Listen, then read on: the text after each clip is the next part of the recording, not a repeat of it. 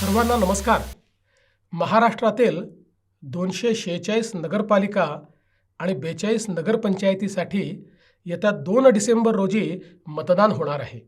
आपल्या नगरपालिका क्षेत्रातून नगराध्यक्षपदासाठी भाजपाच्या उमेदवार सौभाग्यवती युवराजजी श्रद्धाराजे लखम भोसले रिंगणात आहेत।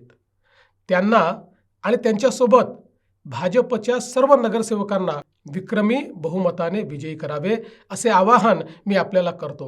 आपल्याला माहितीच आहे, भाजप म्हणजे कमळ आणि कमळाचं चिन्ह म्हणजे विकासाची गुरुकिल्ली। माननीय पंतप्रधान नरेंद्र मोदीजी यांच्या नेतृत्वात भारताने शहर विकासाचे एक मोठे स्वप्न पाहिले आणि त्या दिशेने वाटचाल सुरू केली। अमृतसारख्या अभियानातून आज अनेक शहरांचे चित्र झपाट्याने पलटत आहे।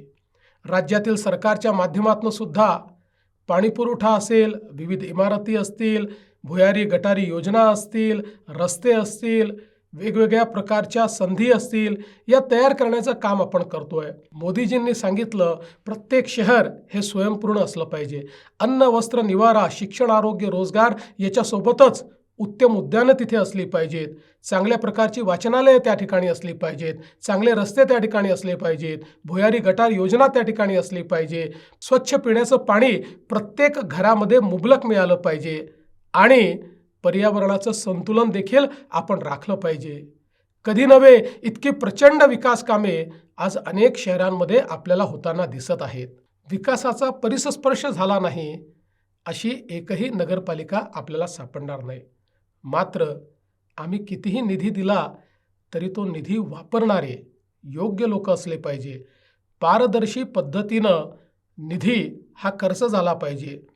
समाजाकरता आणि जनतेकरता आपण ज्या व्यवस्था करतो त्या त्यांच्यापर्यंत पोचल्या पाहिजे आणि म्हणूनच ज्यांच्या हाती आपण नगरपालिका देतो त्यांच्यावर कोणाचा तरी अंकुश असला पाहिजे। मी आपल्याला आश्वस्त करू इच्छितो, नगरपालिकेची सत्ता भाजपाच्या हाती द्या। मी या नगरपालिकेच्या पाठीशी खंबीरपणे उभा आहे आणि त्याचसोबत त्या नगरपालिकेवर अंकुश म्हणून देखील माझी नजर राहणार आहे।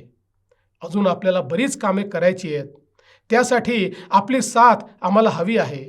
विधानसभा निवडणुकीत जे भरभरून यश तुम्ही दिलं तसेच यश या नगरपालिका नगरपंचायत निवडणुकीतही द्यावे आणि विकासाचा हा रथ असाच अखंडित धावत राहावा अशा प्रकारची आपल्याला हात जोडून माझी विनंती आहे। लक्षात ठेवा, 2 डिसेंबरला मोठ्या संख्येने बाहेर पडा, विक्रमी मतदान करा आणि कमळासमोरील बटन दाबायला विसरू नका। जय हिंद, जय